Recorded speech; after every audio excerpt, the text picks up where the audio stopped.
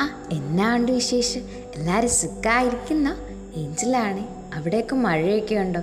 ഇന്നിവിടെ നല്ല മഴയായിരുന്നു. ബക്രീദൊക്കെ ആയതുകൊണ്ട് കുറേ പേര് വീട്ടിൽ പോയി. അതുകൊണ്ട് മെസ്സിൽ വലിയ ആളും അനക്കുമില്ലടോ. രാവിലെ ഇഡലി സാമ്പാർ എടുക്കാൻ വന്നപ്പോഴേ ഉച്ചക്കത്തെ ചോറും സാമ്പാറും അച്ചാറും തോരനും എടുത്തു.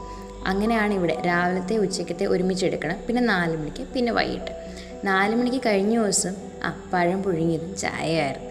ഇന്ന് അടിപൊളി സാധനമായിരുന്നു. അതുല്ലിക്കൊക്കെ ഇഷ്ടപ്പെട്ടു.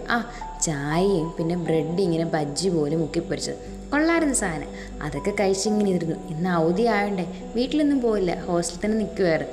മഴയൊക്കെ കുറച്ചുകൂടെ ഒന്ന് ആസ്വദിച്ച് കണ്ടു. കുറച്ച് നേരം ഉറങ്ങി. അങ്ങനെ പിന്നെ ഇവിടെ ലിഫ്റ്റൊക്കെ ഉണ്ട് ഹോസ്റ്റലിൽ.